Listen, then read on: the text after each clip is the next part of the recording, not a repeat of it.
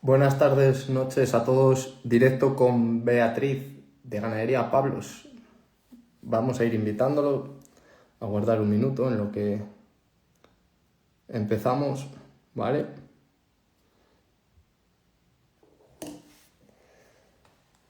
A ver si hoy tengo toda la fe de que vamos a entrar mucho más rápido que el día anterior.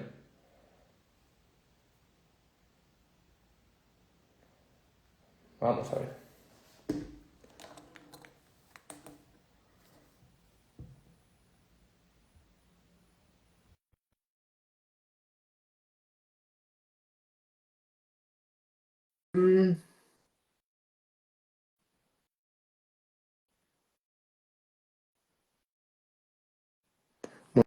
Muy buenas a todos. Hola, Bea, qué rápido. ¿Qué tal? Muy bien, ¿y tú? Bien, bien. Aquí a pesar del tema este tecnológico. Bueno, se te ve y se te escucha perfectamente. Fenomenal. Lo pongo en modo avión, ¿no? Mm, Bueno, Para que no entren modo, llamadas y así. Bueno, eso ya, como tú... Sí, yo lo suelo poner en modo avión. Muy bien. Bueno, ¿qué tal tu día? Pues bueno, hoy bastante movidito. Estamos montando campo nuevo, que movemos toda la manada el sábado, si Dios quiere. Y bueno, pues esta mañana excursión al río por el que tenemos que pasar, pateo bueno, porque el acceso en coche es regulero. Y esta tarde pues montando el campete nuevo, que vamos, que el montaje es simple, pero hay que hacerlo, vaya. Sí, para testear, ¿no? Un poco y no dejarlo para última hora, básicamente, y planificar un poco todo, sí. Que luego siempre, al final, incluso en el mismo día, acabas variando algo, pero Sí, sí, sí, no hay de otra. efectivamente. Pero bueno, el tener las cosas planificadas y hechas con tiempo es un win. O sea, Totalmente. Bueno, vea, pues bastantes personas van estando ya por aquí, si te parece. Como premio a los puntuales, vamos entrando un poco en materia. Te vas presentando si quieres una breve introducción. Lo que no te preocupes por dejarte nada, si no te puedo acabar de preguntar yo lo que vea que normalmente preguntamos para que la gente te ubique y no solo geográficamente, sino un poco en todos los sentidos. Así que tú mandas. muy bien. Pues nada, antes de nada, darte las gracias por la invitación y la enhorabuena, porque creo que haces un trabajo estupendo de difusión de la ganadería y Gracias. más ¿Tú también también? meter en el tema este de los directos, meter a gente a ganaderos de fuera del ámbito regenerativo, me parece que es la pera, la verdad. Entonces, nada, me presento, pues eso, me llamo Beatriz Pablos, de Ganadería Pablos, soy ganadera desde hace 5 años, o sea, siempre digo que soy hija de la pandemia a nivel ganadero y, y empecé a la vez ganadería regenerativa, es decir, nada más aterrizar en el campo, buscando maneras de rentabilizarlo más, porque esto fue un mero tema económico, puro y duro. Empecé a formarme en la pandemia, que fue cuando salieron un montonazo de cursos y máster online, y a la vez lo fui implementando en el campo, con la suerte de que como no tenía, pues, digamos, manías o tal, provenientes de la ganadería extensiva, pues para mí ha sido bastante más fácil el implementarlo. En fin, después de 5 años con este manejo, más, digamos, más perfeccionado el último año y medio, pues nada, estoy encantada y enamorada de mi profesión y bueno, con un montón de ganas de seguir aprendiendo y necesidad, vaya. Has dicho que cogiste entonces la ganadería regenerativa como rentabilidad, más que en ese momento tal vez sostenibilidad o... Fue rentabilidad pura y dura y esta es la realidad. O sea, arranqué con un campo que era más pequeño de lo que estábamos acostumbrados a manejar o bueno, a manejar mi padre y entonces buscando formas de rentabilizar ese tamaño de campo, pues dimos con la ganadería regenerativa. Esto fue gracias a un vídeo de Pablo Echeverry en el que explicaba pues que se podía empezar con nada y de ahí ya pues me metí. El primer curso que hice fue con Pablo y bueno, fue realmente el que me abrió los ojos. Previo a esto, sí que es verdad que mi hermano escuchó la charla TED de Alan Savory y consiguió el libro de Alan Savory, se lo regaló a mi padre. Mi padre era, aparte de ganadero, bueno, él era ingeniero de montes y siempre ha tenido la mente bastante abierta.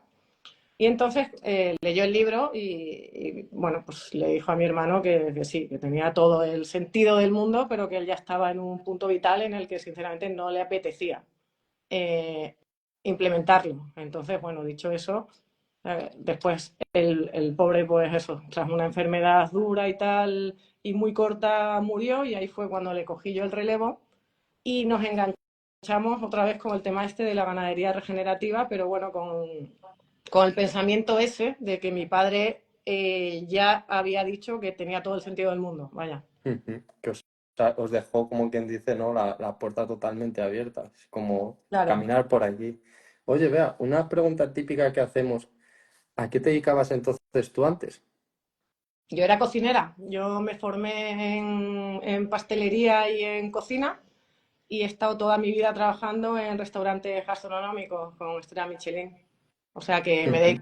dedicaba también al producto, solo que lo cocinaba en vez de crearlo, vaya.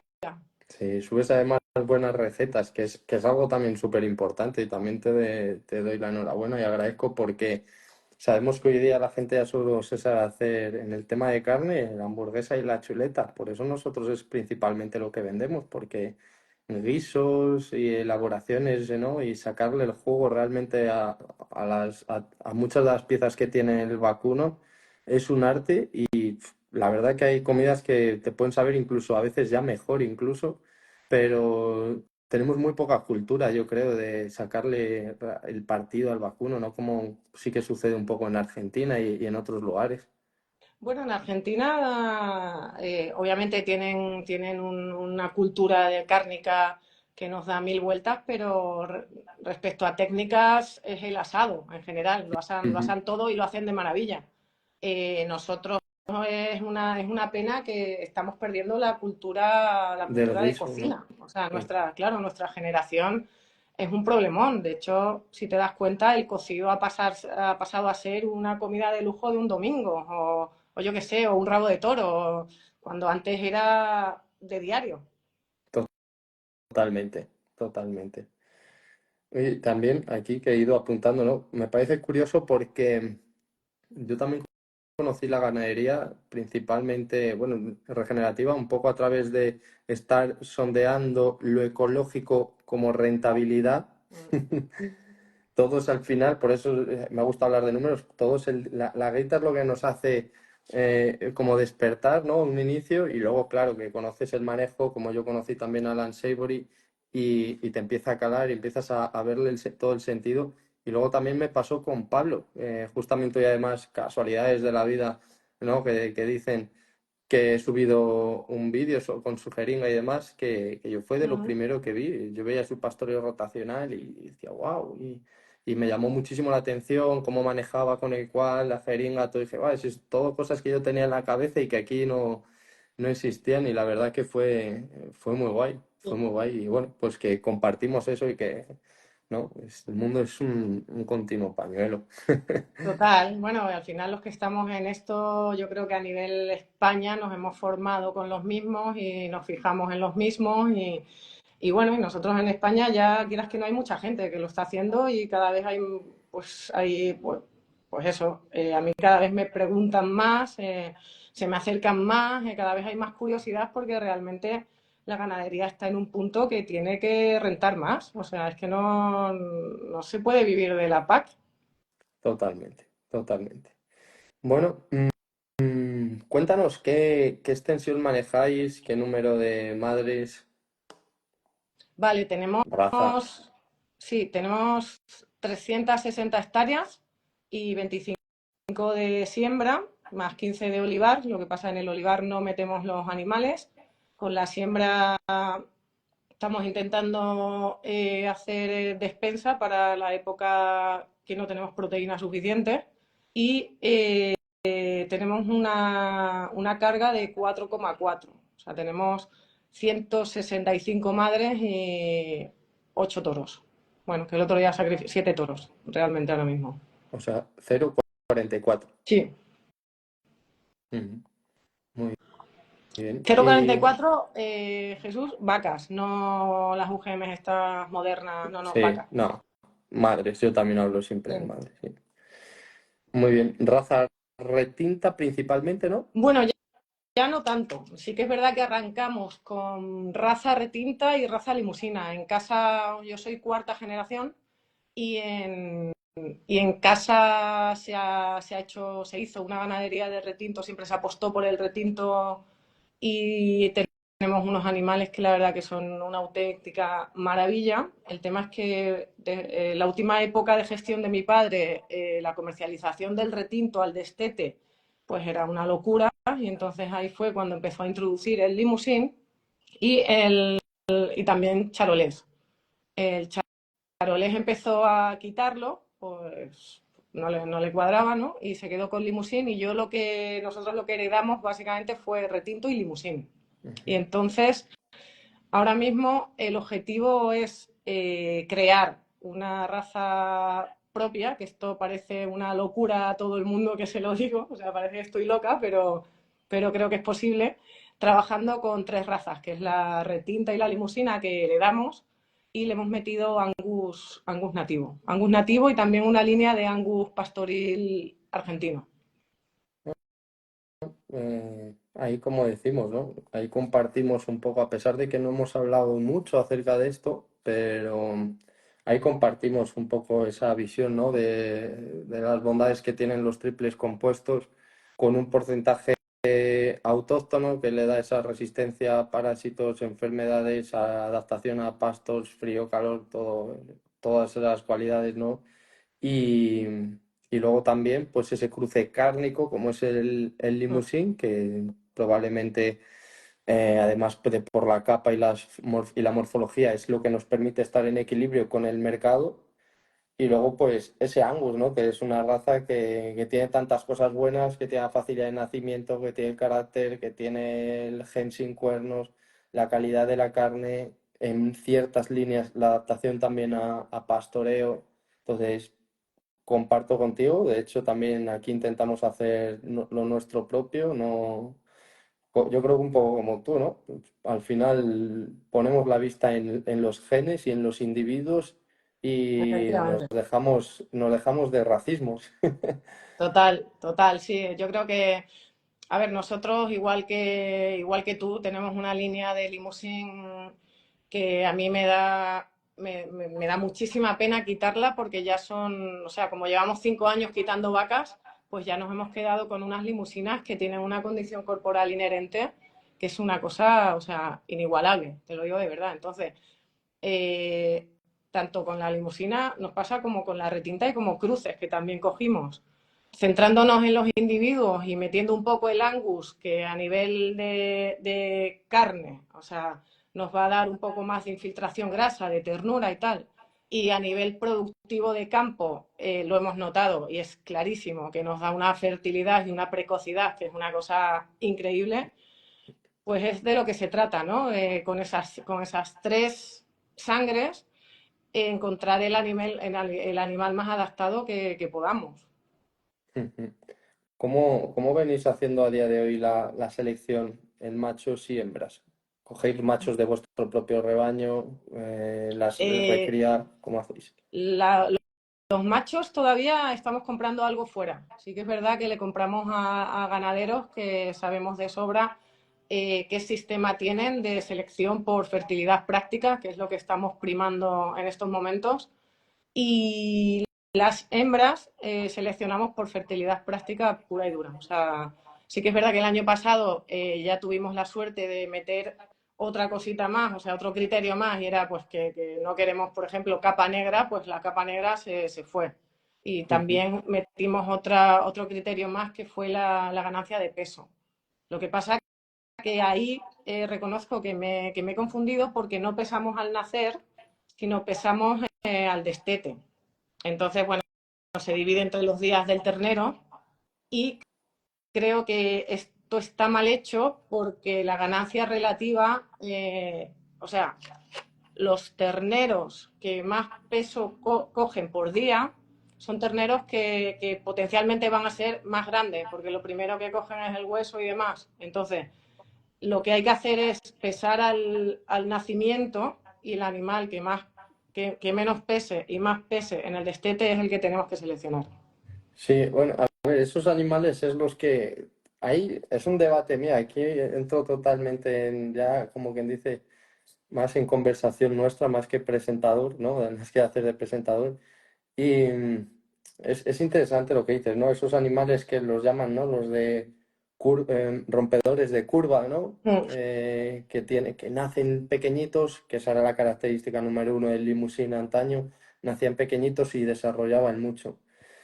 Pero a estos Johan también, que ya sabes, ¿no? Tú que tienes bastante influencia de Johan Fishman, Sí, tengo seguramente, muchas. pues Johan critica un poco esto, entre comillas, y aquí hay que ser muy sutiles, porque nosotros toda la vida ha sido por lo que hemos seleccionado, bajo peso nacimiento y animales rompedores de curva, vamos, es lo que creíamos que era lo mejor, pero como todo en esta vida, Johan lo consigue explicar muy bien cómo esos animales que parecen perfectos esconden un gran, vamos a decir, una trama oculta, ¿no? ¿Por qué? Porque cuando crecen tanto, esos animales es porque tienen un mayor requerimiento. Y el animal que tiene mucho potencial, como un coche que tiene mucha aceleración, requiere de un consumo mayor. Y ese consumo, si la vaca no se lo da a través de la leche, entonces no se va a dar, no se va a expresar. Entonces, está dependiendo una vez más de la leche de la madre, más que del propio ternero. Y vacas que den excesiva leche ya las hace normalmente vacas menos rentables en conjunto general, es decir, a la hora de tener una carga grande, ¿no? Por eso él siempre, oye, yo esto no estoy defendiendo esa postura, simplemente quiero comentarla contigo, a ver qué opinas Sí, y qué yo, puedes ver, porque sí. o Ujú.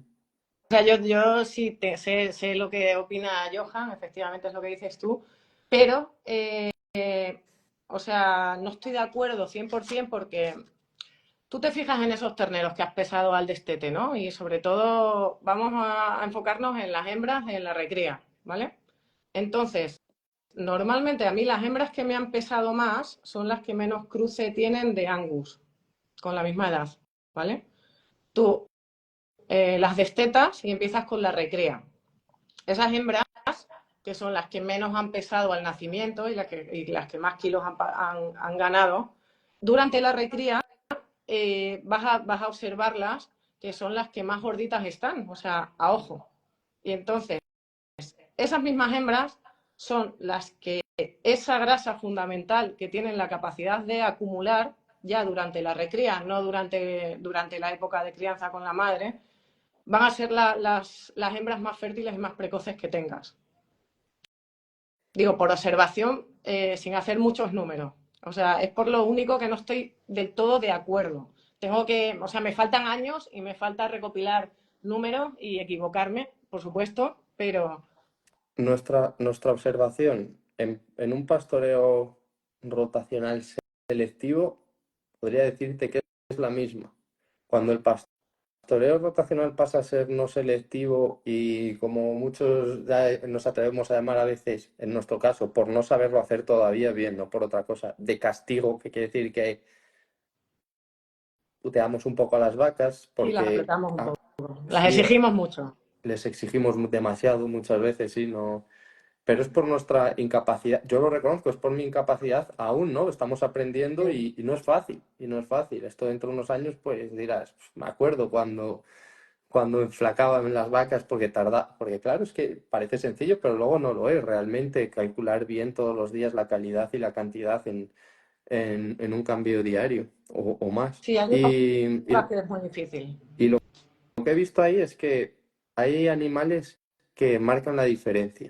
Y ahí ves cómo cambian un poco las tornas. Entonces, es por lo que ese pensamiento de Johan lo tengo ahí pendiente. Nosotros por ahora, tengo que decirlo, buscamos los animales más gorditos, gorditos en general, en buenas carnes, en buen estado, Mm. en mejor pelo, mejor que nos determina adaptación, etcétera, etcétera, y a la menor altura. Lo que sí que no queremos es altura, eso nos hemos dado cuenta. Y tampoco vayamos encaminados hacia animales, por ahora, tipo pony, que no digo de nuevo ni que sean mejores ni peores. Tengo ahí la duda, y hasta que no hiciera un caso práctico real sobre la propia finca de qué sería más rentable, ¿no? Como muchas veces hemos hablado, vacas de 300 kilos destetando 150, digo este ejemplo por redondear, o vacas de 500 kilos destetando 230, 240. Pues de unas puedes tener más, de otras menos, pero ¿hasta qué Claro, punto? Porque esto para mí es muy difícil, porque volvemos a caer en el juego del agricultor si seleccionara por mazorcas en vez de ya. por kilos que acaba produciendo por hectárea. Entonces, O sea, a mí hay dos cosas que me llevan a no tener animales tan, tan, tan pequeñitos. Una es que todavía vendo mucho al destete, y yo vendo a través de una cooperativa y los animales se clasifican. Y a mí todavía me pone nerviosísima que me penalicen por un ternero. O sea, no lo soporto. Aunque tenga la capacidad de, pues como esto lo dice mucho Johan, que es, como tienes la capacidad de hacer más kilos por hectárea, ¿no? Lo venderás con una sonrisa en la cara. Bueno, pues yo eso todavía no he llegado a eso, ¿sabes? O sea, me sienta fatal que me penalicen por ciertos animales.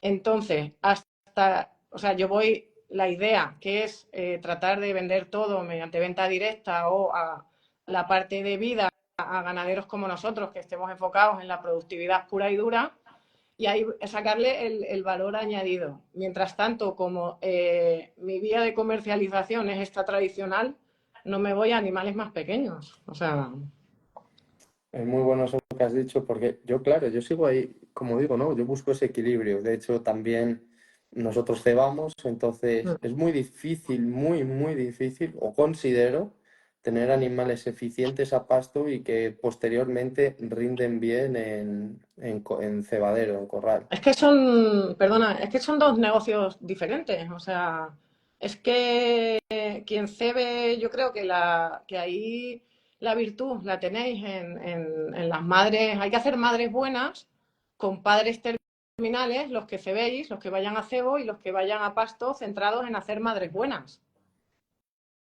y padres, vaya. Pero entonces, si se baja muchísimo la talla de las madres, como le metas un limusín, digo, porque es lo que más conozco, vaya. Como le metas un limusín terminal, te cargas a esa novilla. Totalmente, estoy de acuerdo contigo.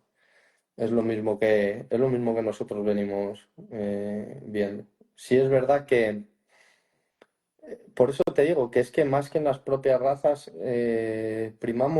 nosotros lo que hacemos es primamos fertilidad empíricamente, Claro, número uno, condición corporal, que van de la mano, ¿no? Esas dos. Y después, por supuesto, productos que se vayan a categorizar como primera, indispensable. Eso de que no, es que con la venta directa no, es que vendiéndolos luego tú para vida, no, ya. Pero si no soy rentable yo, ¿cómo me voy a poner a venderlos para vida para otros? claro, pero bueno, ¿Sabes? porque hablamos de las madres. Al final, como nos vayamos a animales muy, muy, muy pequeños, evidentemente no les va a valer ni a los otros. Vamos, yo creo que ahora mismo en España, como te vayas a animales demasiado pequeños, yo qué sé, se me ocurre un cruce casina con Angus nativo, pues es que son animales que realmente van a rendir poquísimo aunque hagas venta directa. O sea, Para mí eso es un debate muy interesante y ya me lo ha propuesto también alguna persona que con los que hacen ese tipo de ganado y hacer tal vez algún día un debate, ¿no? Entre quien está en un extremo, quien puede estar ahí más por un término medio y quien está en el otro extremo de tal vez solo la carne, hacer un debate porque puede ser interesante, ¿no? El ver en un mismo foro, en una misma charla, esos distintos puntos de vista. Lo que sí que tengo bastante demostrado es que el equilibrio en general en todo es increíble, porque cuando tú tienes una línea ya, equilibrada, a nada que van los tiempos por un lado, tan solo tienes que torcer un poquito y enseguida estás.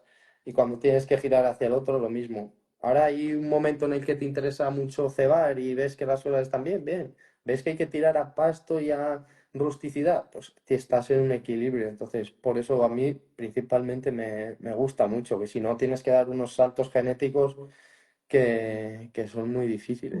Bueno, y con los ciclos del vacuno es que una equivocación genética te tira, o sea, son años de cagada, digamos, mal y Total. pronto. O sea, es que es una locura, pero bueno, es que hay que centrarse, yo creo que hay que centrarse en lo que quiere cada uno y no fijarse en el mercado. Yo quiero que lo mío sea, que mi negocio ganadero sea rentable, a su vez sea sostenible y a su vez tal. Pues igual no me puedo ir a la genética pro, esta de feria, y me tengo que conformar con esto otro y a lo mejor vender animales de primera en vez de primera especial, ¿sabes? Y con eso soy totalmente rentable, ¿sabes? Mira, de todas las pruebas que yo he hecho, de las pocas que puedo hablar con seguridad de mis resultados, pero hay cosas que son prácticamente eh, iguales en todos los demás, es que la E de más, que has dicho tú, sale muy cara. Lo poco de más que percibes por todo lo que pierdes sale carísima. Esa es la que menos recomiendo. Y he producido esa clase de animales. Y es una locura. Para mí eso es pegarse un tiro en el pie. Mientras que conozco ganaderías de algunas personas, como has dicho tú, y nosotros hemos tenido de ese estilo, vacas limusinas que mantienen una condición corporal increíble, de un tamaño, vamos a decir, moderado, y, y te están manteniendo la condición corporal mejor que algunas razas laureadas, ¿no?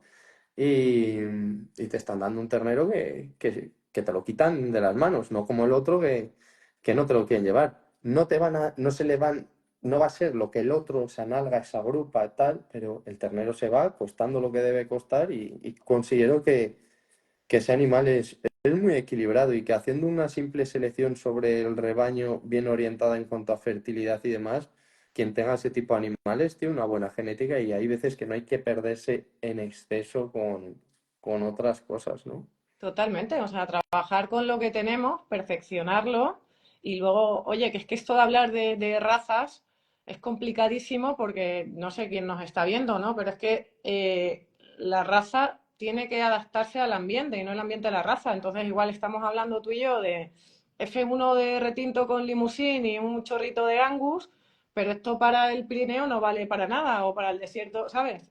Entonces, yo creo que aquí la clave está en la selección por individuo y en ir haciendo, tener claro el fin, lo que quiere cada uno, e ir trabajando en ello, teniendo muy en cuenta tu ambiente. Totalmente. Mira, ahí hablaban un poco, pues, porque la verdad han ido a mencionar un poco dos razas.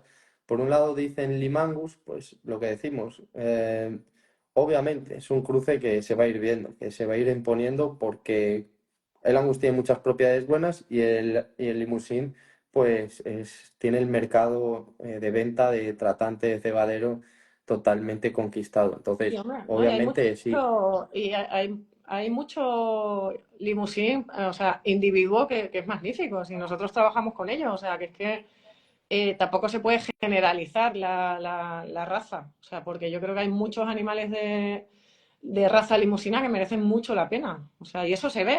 Yo, por ejemplo, el año pasado compré uno que le vi desde pequeñito con la madre, digo, a este hay que hacerle un seguimiento y he comprado un limusín de una ganadería pues muy pro de genética y tal, se ha quedado pony y hubiese ido para carne, yo me lo he quedado para padre y me parece un espectáculo. O sea, y le he soltado en el campo este año, que los metemos con 8 meses, un año con las vacas ya, el primer año, y está manteniendo el bicho la condición corporal. O sea, que es que hay animales que dices, Tienes que subir alguna foto de él, que lo veamos. sí. Muy bien. Luego bueno, y también ya que lo ha comentado ahí un compañero, ¿tú conoces la raza Aubrac? Yo sí, y hay animales que me gustan muchísimo de esa raza. A mí también. Nosotros, de hecho, hemos cogido uno para experimentar en otro lote que tenemos. Mm. Me parece súper interesante. Aparte, es más bien raza no es de montaña, ¿verdad? O Mm. sea, Y supuestamente las razas de montaña autóctonas tienen la capacidad de adaptarse muy bien a nuestras zonas que no son de montaña.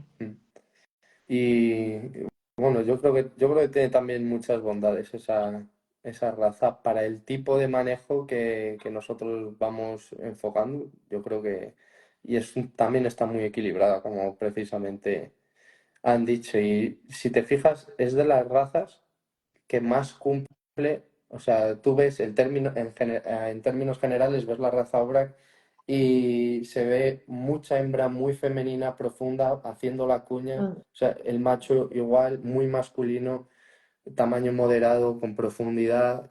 Entonces, yo creo que es de las razas a día de hoy que veo que más cumplen un poco ese biotipo que decimos adaptado. Sí, a mí me gusta mucho, no la conozco tanto, pero sí que es Yo, verdad yo- que yo tampoco, ¿eh? la que he visto me gustan mucho los animales. Te lanzaba ahí una pregunta, Sergio, de la de esa rentable, de cómo mantienen la condición corporal las retitas.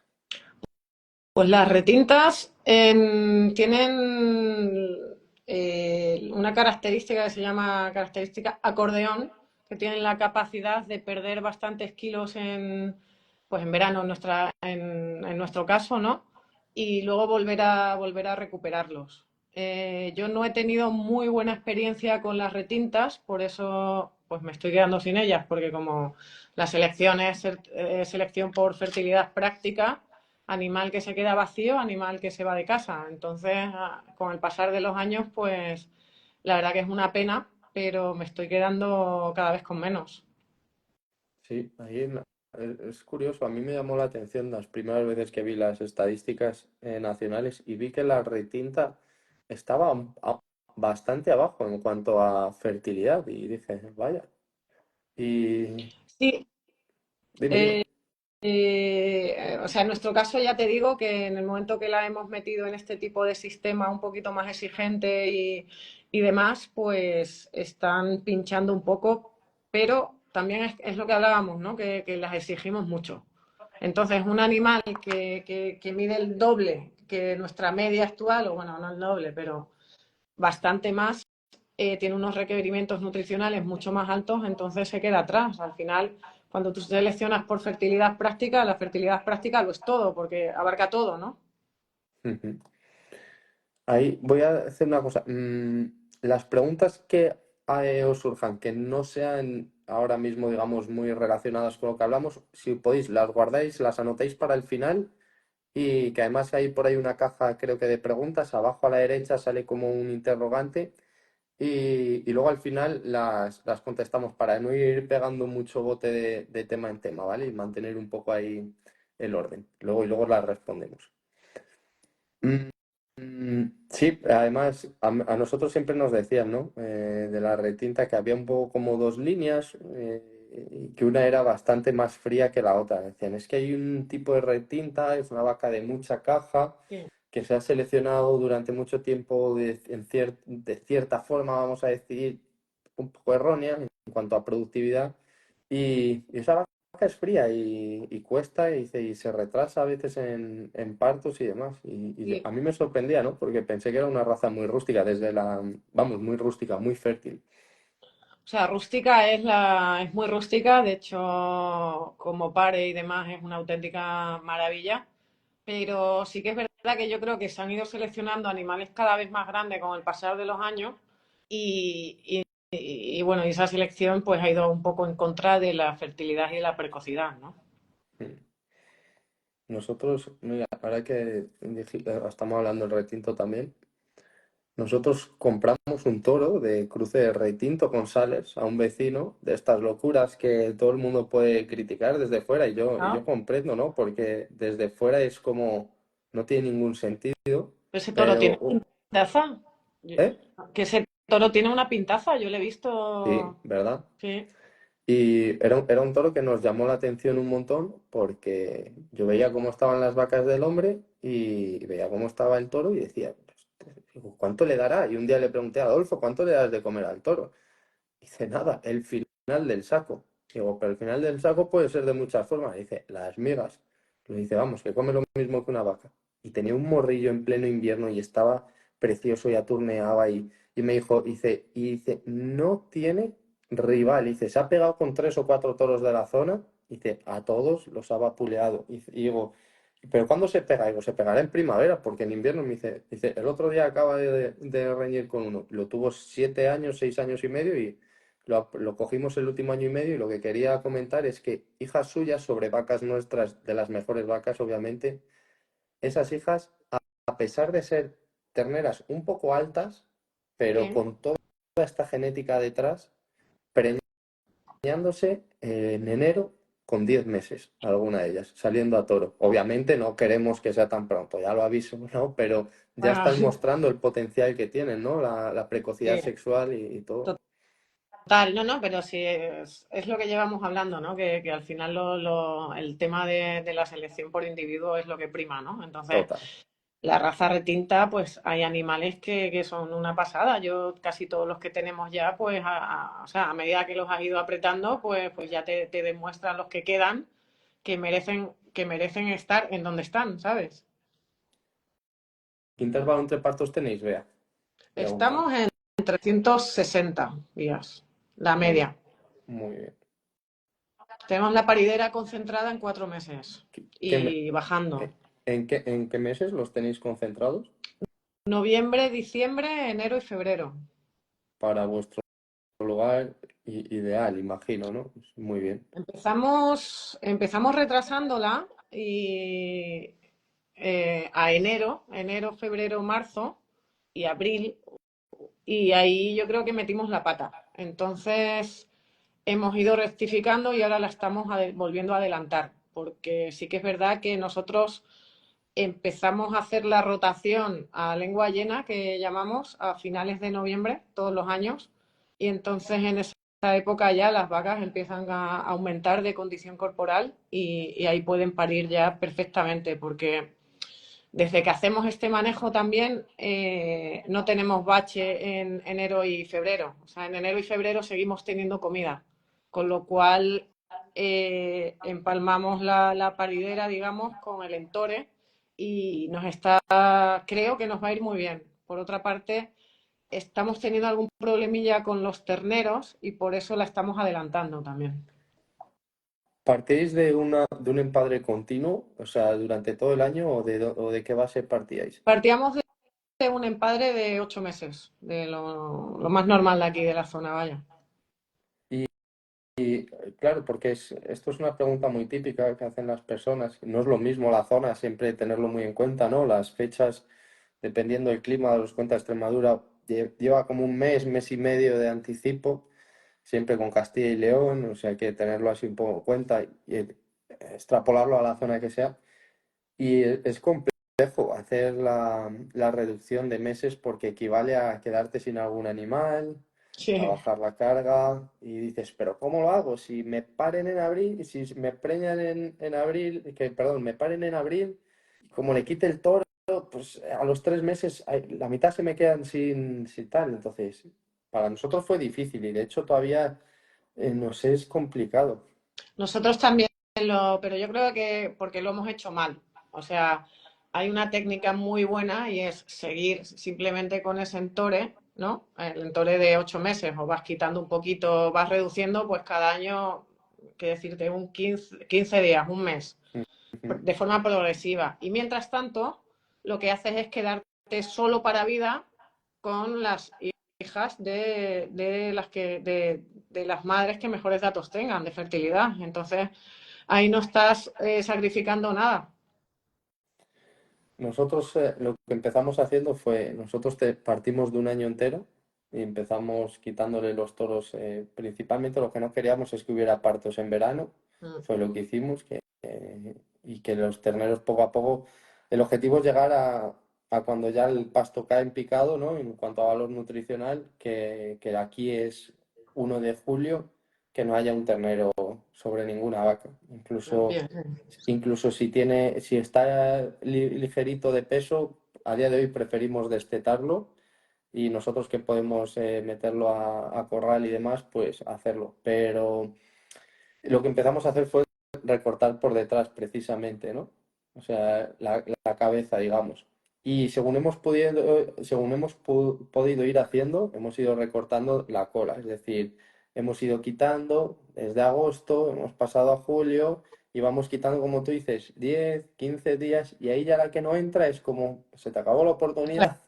Claro. Sí, sí, sí, O pero sea, es un poco delicadillo, sí. es delicado, pero ya te digo que ahí está la forma de no perder nada, ¿sabes? O sea, el tema es que si tú echas cuentas, igual que aquí, si echas números de los terneros de verano, te entran ganas de quitarlos sí o sí, ¿sabes? O sea, El coste de criar un ternero es algo que yo creo que en los ganaderos que lo han hecho o lo hacen, si echan números lo ves, ¿no? Que el mantener al ternero, una buena ganancia media diaria en terneros pasteros durante el verano nos es costosísimo. Equivale a una suplementación al ganado para luego encima, como normalmente encima suministramos la proteína, ¿no? Que es en taco, que sale bastante cara lo que es la unidad de proteína por euro.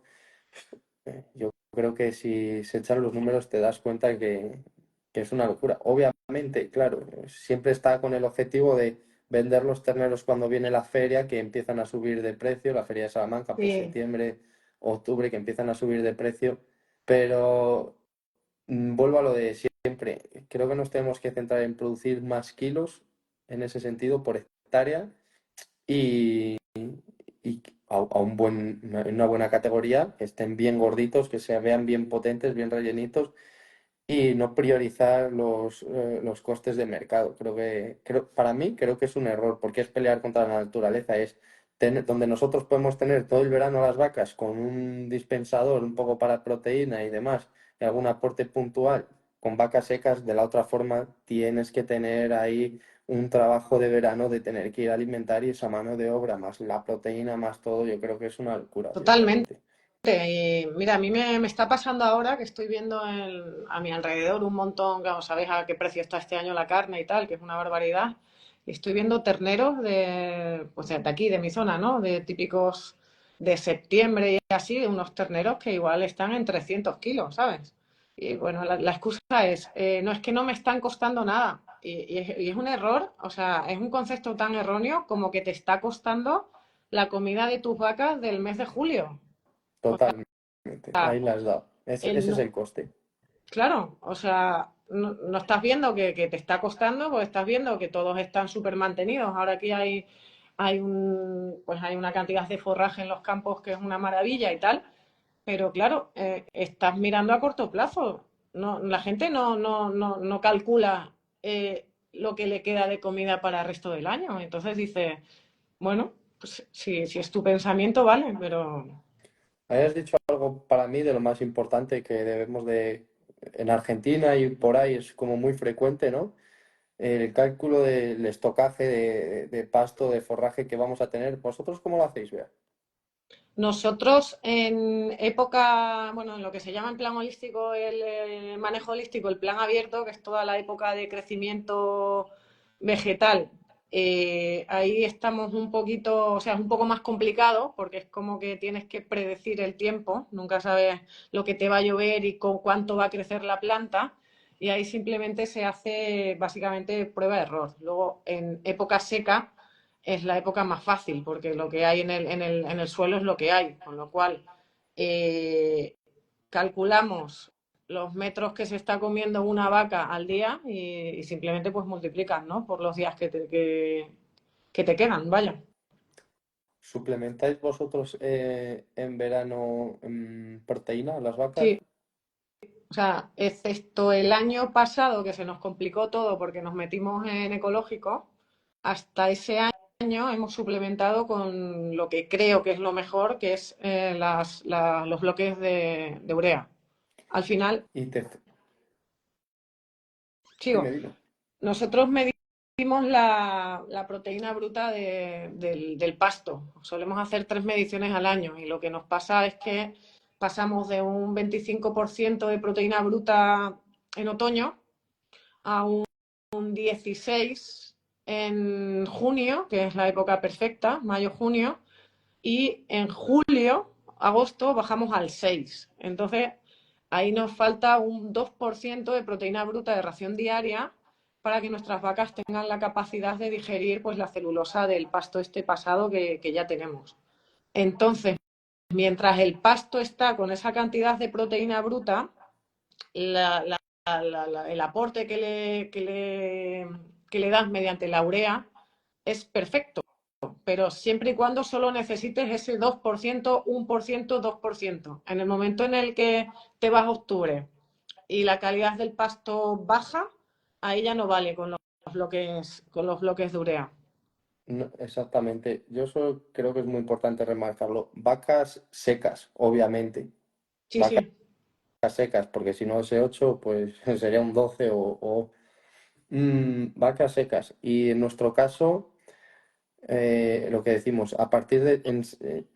en agosto todavía tiene cierta proteína, julio, agosto todavía tiene cierta en Sí. zona... No, me refiero Bueno, igual. vosotros más que nosotros. Y en zonas algo más verdes, ¿no? Que es lo que sueles reservar para esa época. Nosotros lo proyectamos de forma en que julio y agosto, que desde fuera no se ve, ¿no? Tú ves la planta seca, pero abajo en el tallo puedes ver que todavía tiene un poco de verde. Mm. Y, y ahí lo que buscamos es exactamente esas zonas bajas que mantienen un poco más la humedad, consumirlas entre ese julio y agosto.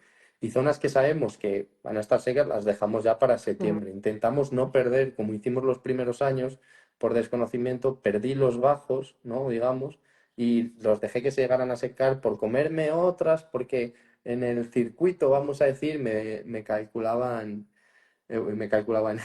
me cuadraban mejor. Ya que hacen ahí una pregunta muy al hilo, ¿cómo calculas la proteína bruta en el pasto aproximadamente? Esa análisis, ¿no? Imagino, ¿cómo lo haces? Vale, sí, Análisis. cojo un muestreo de 1 metro cuadrado y nada, lo llevo al laboratorio y me lo analizan y me dan todos los parámetros que pidas, vamos. O Mm. sea, ¿Qué te cuesta por allí? es que me lo hacen gratis, si te digo la Ya, verdad. bien. O No, sea, es que no sé lo que vale.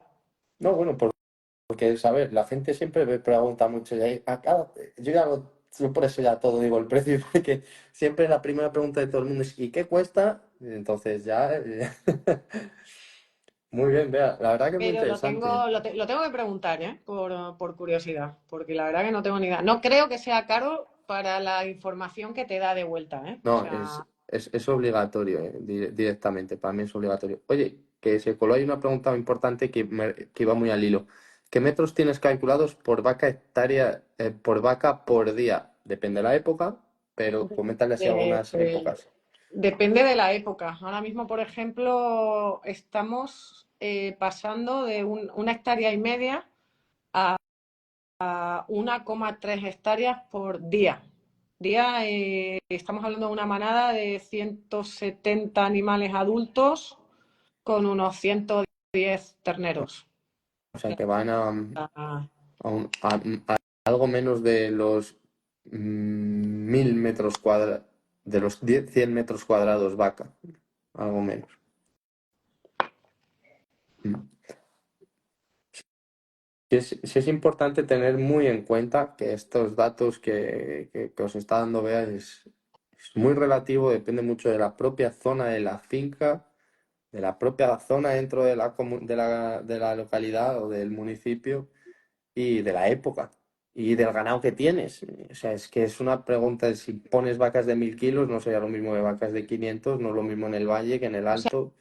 yo entiendo que la pregunta es por Sí. curiosidad pura y dura, porque es que efectivamente es que tienes que cambiar constantemente el tamaño de los careos porque, pues eso, depende del stock que tengas y del estado en el que tengas la planta y del estado de requerimiento nutricional del animal, ¿no? O sea, que es que son muchas variables. ¿Qué cantidad calculáis vosotros no sé cómo lo mides, si en kilos de materia seca o unidades forrajeras por vaca año? Mm, no lo tengo, a ver, repítemela. O sea, por kilos de materia seca, ¿no? Que es lo más común, Ah, o no, por... no tengo calculado el consumo por vaca año. No, no lo tengo hecho. Ujú. Em, estaba ahí leyendo alguna pregunta y justamente la que te iba a hacer. ¿Cómo hacéis el pastoreo? ¿Collares o pastor eléctrico? Dispara. Pastor eléctrico. Hacemos con pastor eléctrico, ya tenemos el sistema un poquito más perfeccionado. Eh, Nosotros pastoreamos por franjas, tenemos de factor limitante el agua, entonces en esas franjas tenemos líneas de agua en el inicio de la franja y esas franjas las partimos por careos diarios. Normalmente las franjas las estamos haciendo para 7 días, las vacas van retrocediendo al agua y cambiamos a la siguiente franja. Esto nos supone hacer 2 líneas de 400 metros cada una. Las franjas, los cortes diarios intentamos que no sean de más de 200 metros. O sea que si Eh, hacéis cambio diario. Hacemos casi todo el año cambio diario. Ahora, por ejemplo, este año o sea, ahora mismo estamos dejando las 2, 3 días en los careos, pero por tema de agua, porque no tengo bien calculado el impacto con todo lo que ha llovido y bueno, y por otra parte porque las vacas me han un poco descentrado porque teníamos que estar ya en el otro campo y no hemos podido ir por el cauce del río que tenemos que pasar. Entonces estoy haciendo una cosa que es hacer la segunda pasada en una parte del campo, segunda pasada de otoño, y estoy bastante nerviosa con el tema porque no sé si voy a compactar, no voy a, o sea, lo estoy haciendo por pura supervivencia, la verdad, y Yo, no sé qué resultados tendrá. yo estoy en un caso muy similar en cuanto a que estamos comiendo zonas que ya han sido pastadas en otoño, o sea, le estamos dando la segunda vuelta. En mi caso, en el tuyo, por lo que he visto, no. En mi caso o creo que no, en mi caso es un sobrepastoreo de manual. La planta no está en su punto óptimo ni mucho menos, pero no podemos ir a otros lugares porque que hay mucho más pasto, pero están encharcados, ha habido siembras donde antes no había siembras y un largo etcétera. Y tenemos ahí pues 40 hectáreas paradas o más, o más, 50 y algo, 55 hectáreas paradas, miento, con la siembra. Y, y es una pena. Y estás ahí y sí, lo ideal tal vez sería suministrarles forraje estas 2 semanas, 3, en lo que puede orear, pero No lo sé, yo también pienso que mejor tirar para adelante y yo qué sé, ya veremos lo que pasa con esta doble vuelta y también creo que en este tipo de sistema nuestro hay que aprender a relativizar y a tratar de no ser tan perfecto porque es que si no te vuelves loco, ¿no? O si no sea, te vuelves porque loco.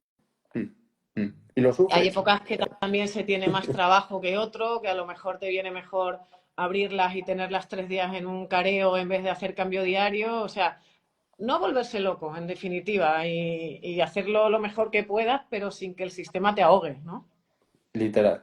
Y creo que estás diciendo verdades que al menos yo comparto totalmente. Oye, una cosa importante, ¿qué tiempo te lleva hacer ese cambio diario? O sea, el cambio como tal son unos 20 minutos de quitar el hilo, o sea, levantar el hilo, que pasen las vacas, encima en lo que pasan ya las echas el primer vistazo, recoges el hilo, eso 20 minutos. Y en hacer las líneas tenemos calculado que entre mi vaquero y yo suelen ser o sea, líneas para 10 días, 8 horas a la semana.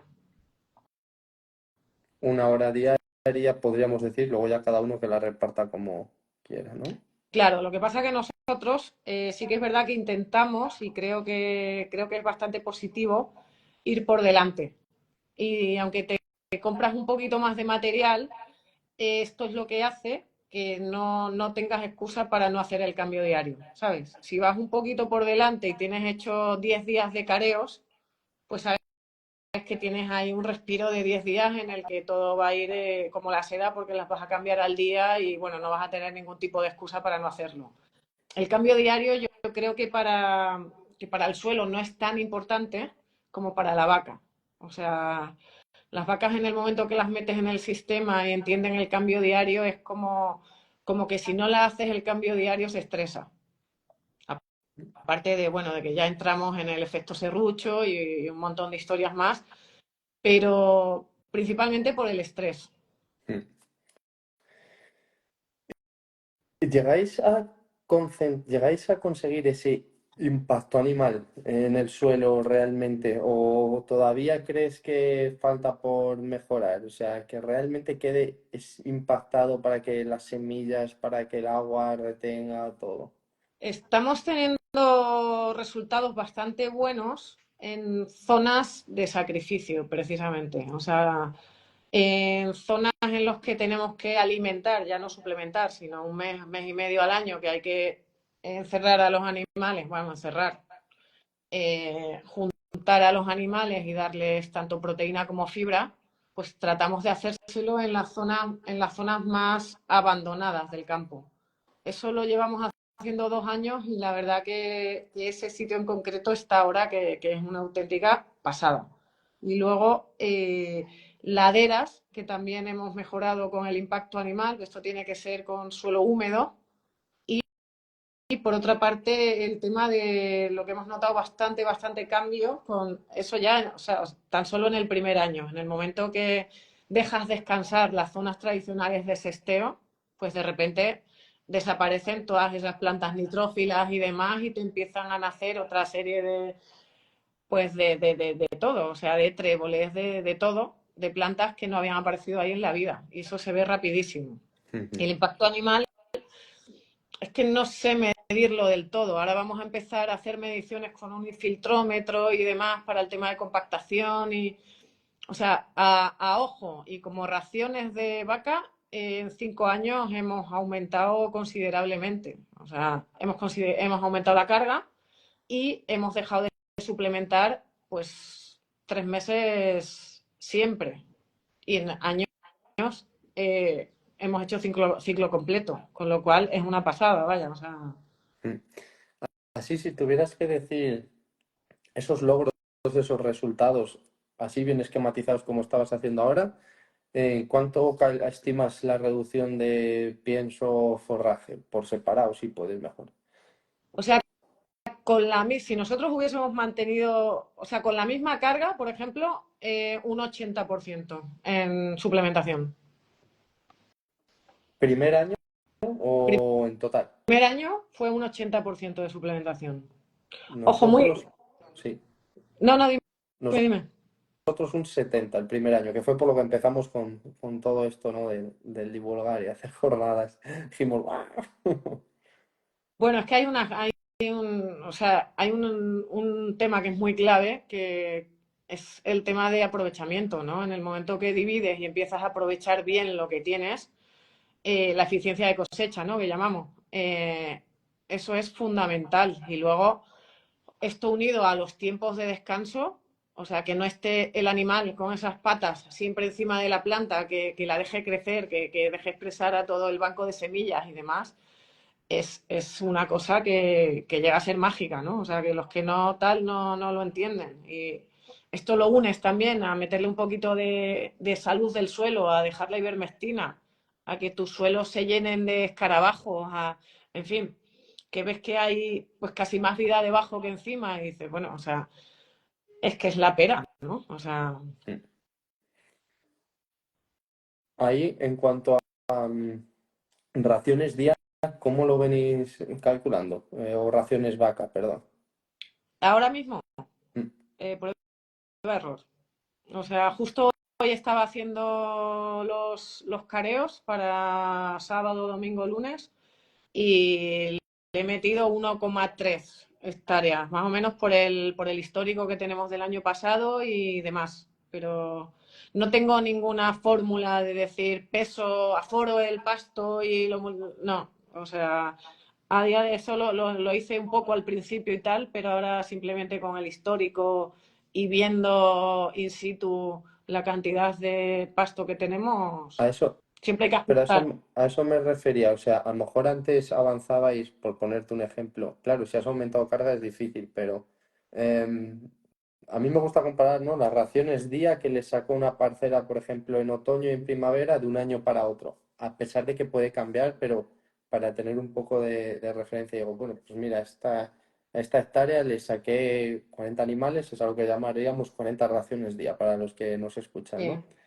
Entonces, mira, a esta parcela le saqué 40, a esta hectárea le saqué 40 raciones día y al año siguiente le he sacado 50 y no ha venido mejor o sí ha venido mejor y lo tengo un poco esquematizado por zonas, ahí voy a zonas un poco grandes y yo sé lo que sí que he notado que hay en ciertas zonas ha aumentado, pero hay otras zonas que tengo que ser sincero, hay otras que no ha aumentado nada, se Sí, queda claro. igual. O sea, es que hay zonas, yo qué sé, zonas de berrocal, zonas de pizarra, o zonas de simplemente de que el suelo no ha reaccionado. Y se ha quedado Yo, ahí- igual, oye, que esto no es mágico, ¿sabes? O sea, que Yo, no, yo no ahí tenemos tengo la la capacidad. teoría, no sé tú, vea, yo ahí tengo la teoría, la gente normalmente es, la gente que tiene un terreno malo son los que buscan más soluciones e intentan normalmente. Quien lo tiene muy bueno, quien tiene muchas vegas y todo, es no ni se preocupa y tiene a las vacas en un fincón. Y yo es lo que digo, si son las zonas buenas en las que más se ha aumentado la producción, las malas que te dé 10 gramos a que te dé 20 gramos, no cambia gran cosa, ¿sabes? Yo tengo muchas Sí, zonas muy, muy pobres de roca, musgo, líquen, muy, muy pobres. Y, y lo veíamos, están pasando los años y ni el descanso ni nada lo acelera. Entonces ha habido que meterle una inyección un poco en algunas zonas de materia orgánica o abono o lo que sea para que despierten. Y ahí ahora ya, el manejo ahora ya sí empieza a hacer bondades, pero ante un suelo muerto. pues igual hay que meterle otro tipo de técnicas, como dices tú, ¿no? O sea, más input para que empiece a haber ahí hongo, para que empiece a haber bacterias, para que empiece a haber cierta actividad y a su vez incluso semillas, ¿sabes? Que lo mismo ahí el banco de semilla también falla. Yo tengo zonas de laderas pizarrosas que están llenas de plantas aromáticas y demás pues que yo no sé si eso se va a recuperar en la vida. Intento ahí meter mucho impacto. El otro día, pues viendo un ejemplo de Sergio, precisamente, que esquiló unas ovejas y dejó la lana en el suelo y no sé qué, pues reaccionó fenomenal. También tengo ahora mismo una zona en el campo que es donde ponemos las vacas muertas que se lleva el vacabús. Pues eso ha creado ahí una especie de manchón de fertilidad increíble. Entonces digo, bueno, pues igual en estas laderas, cuando pueda, me meto y le intento meter pues algún activador biológico, tipo la lana, tipo, o sea, no controlo nada eso todavía, pero es que tengo muchos frentes abiertos. Entonces digo, bueno, pues esas laderas con las aromáticas, pues también estarán ahí por algo, ¿sabes? O sea, Sí. Ujú, ujú. Yo pero, también, nosotros también y luego tenemos eso. respecto a lo del cálculo de las raciones días por careos y tal, es que sí que tengo los del año pasado, pues el año pasado fue el primer año que juntamos las dos manadas, antes manejábamos dos manadas, digamos dos vacadas, y el año pasado fue el primer año que las juntamos y que empezamos a hacer el cambio diario. Entonces ahí ya sí tengo apuntado, pero no tengo comparativa hasta que pasemos este Guay. año. ¿Qué tal el cambio de 2 lotes a 1? Bueno, pues trabajas la mitad. Bueno, o sea, así de fácil. O sea, Oye, es pero es que muchísimo. hay mucho estigma, hay mucho sistema de creencias de que los lotes pequeños, que se ve mejor al ganado, que te pierdes detalles tal y cual. Y yo al Bueno, final, mi hermano y yo tenemos la misma frase y es que el enlotado es el cáncer del extensivo. O sea, al final, la gente que se dedica a la genética y demás, ¿no? Que tiene que tener un grupito con un toro, un tal, pues entiendes que no puede hacer pastoreo. O sea, porque es que es imposible, no tiene horas el día para separar por días 8 cercas, a no ser que empiecen con el tema del collar, que esa es otra. Pero el tema del enlotar, o sea, si tú tienes unos toros correctos para tu vacada y cantidad suficiente, nosotros, por ejemplo, ahora estamos sobrepasados de toros porque es un tema que me da bastante miedo, con lo cual prefiero tener de sobra y tener unos datos de fertilidad buenos, aunque me esté engañando, pero me da igual. Y, y bueno, y eso de tener todo en una manada es que es una pasada, ya te digo, porque es que Mira, tuvimos el año pasado, que no son unos datos estratosféricos, pero para lo que le exigimos a las vacas, un 87% de preñez. Muy bien. El, el anterior bajamos, el anterior tuvimos un pinchazo, que tuvimos un 70, las apretamos más, el año fue horrible, tal, o sea, pero que para tener este número que ya va siendo una vacada medio grande junta, te digo que no, es que no le veo ni un solo inconveniente, de verdad te lo digo. Para mí es paz y respirar y bueno, y que cuando comprendes realmente, cuando comprendes realmente la naturaleza, como decimos, como un entero, como un todo, te das cuenta que en la naturaleza no hay lotes y al final sigues seleccionando por individuos y si estás seleccionando por individuo, pues te da un poco igual realmente. Y lo que te interesa es saber de qué madre es al final, porque lo que quieres con el padre es reproducir, clonar, vamos a decir, a esa madre que tiene ese churrito que te ha gustado. Lo que quieres es hacer más vacas como la madre de ese ternero, ¿no? Entonces, bueno. Sí, sí, sí. O sea, nosotros en eso, en cuanto a genética, tenemos un pequeño caos, porque, pues eso, tenemos todas las razas que te he contado y de los toros, pues hay Angus, hay Limousin, hay un F1 de retinto con Limousin. Había un F1 de Angus con Limousin también. O sea, eso con todas las vacas de todas las razas. Entonces, sí que es verdad que es una auténtica locura. La verdad que lo de la descendencia es una locura genéticamente. Hasta que consigamos una línea más, digamos, más clara y tengamos y podamos decidir qué toros metemos para estandarizar un poco nuestra línea. Pero de momento, Te voy a hacer un par de preguntas así un poco más de datos y tal vez podemos ir pasando a las de la gente que se le ve muy activa, la verdad. Em, Kilos de carne que producís por hectárea, ¿lo tenés calculado? el año pasado fueron, lo tengo aquí apuntado, 73 kilos de ternero por hectárea. Ahí no metemos vaca, ¿vale? Exactamente, no metéis el desviaje de vacas, ni restáis la venta de las de recría, digamos. No. Exactamente, bien, muy bien. Y el que obtenéis en vuestro margen bruto, no voy a, si lo dejo en voluntario, todo lo que se quiera compartir, No, si no, solo no, quieres decir, no tengo el dato ese. De ujú. hecho, tengo a mi hermano que es un crack en números y es el que lleva la parte esta más aburrida. Ese dato no lo tengo. A mí es que me gusta mucho, claro. Ya, Yo me tiro ya, aquí ya, a horas mí. haciendo el mismo cálculo 8 veces porque me gusta y me quedo ahí enganchado como un tonto, ¿no?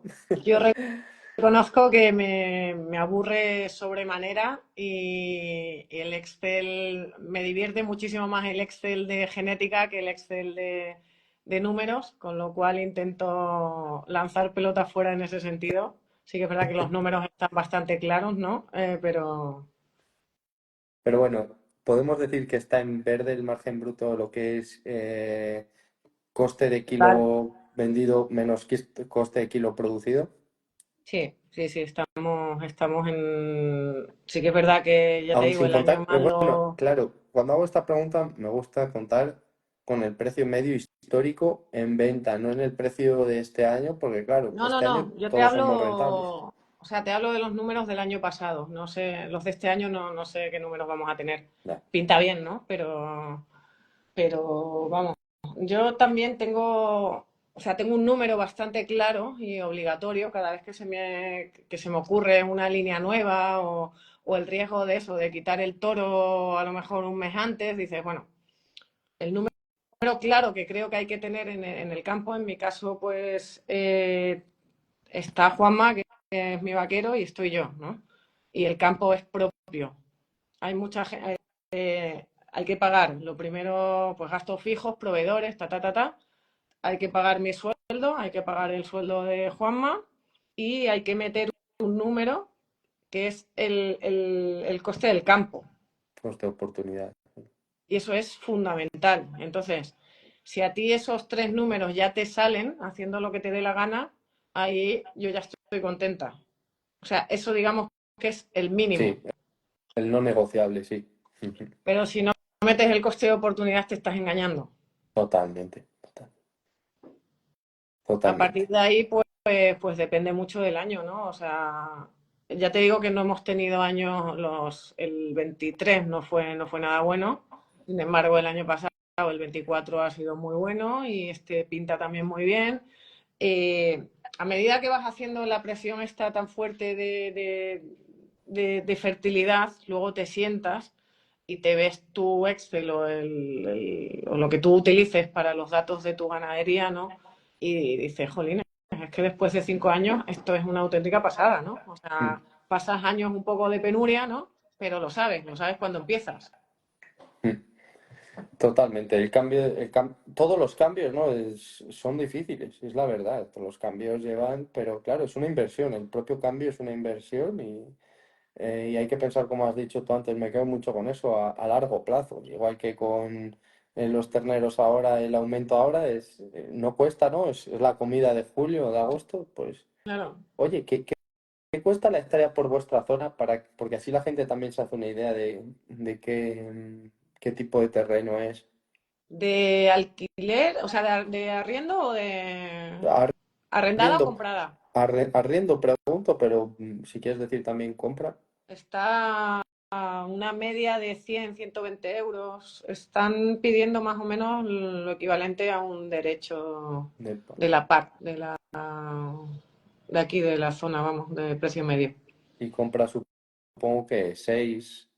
Y compra, pues, va de 4 a 6, sí. 6, 7, depende de, pues eso, del campo.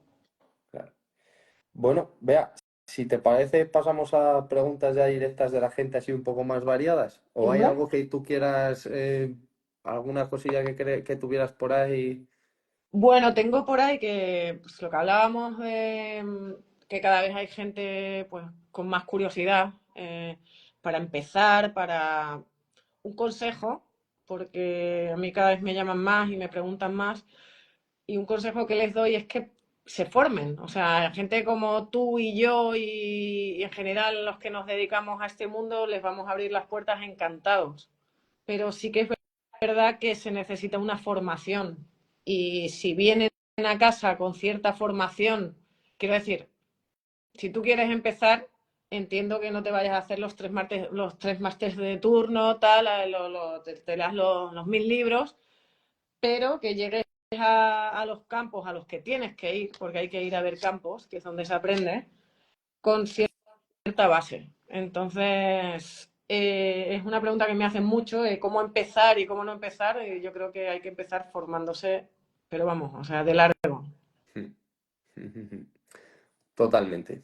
Estoy de acuerdo y lo secundo. O sea, es así. Y ser, oye, también cuando vamos a los campos, obviamente dentro de las propias formaciones, no caer en la fiebre de, wow, todos los resultados que se pueden obtener y que sí, que son verdad, incluso como yo he visto, ¿no? Y tú también has viajado, estuviste en México, en Rancho Caretas, ¿no? Y Carretas. la verdad que fue un viajazo. O Mm. sea, lo recomiendo enormemente porque, a ver, que tengo aquí el perro, porque al final vas a o sea, vas a un sitio con un ambiente bastante más complicado que el nuestro, ¿no? Entonces, aparte del sitio que es una auténtica pasada, pues estás ahí en el medio del desierto de Chihuahua, lo que es la filosofía del rancho, es un rancho de 12.000 hectáreas. Esto era una especie de curso de una semana en el que fuimos ganaderos pues, de todo el mundo.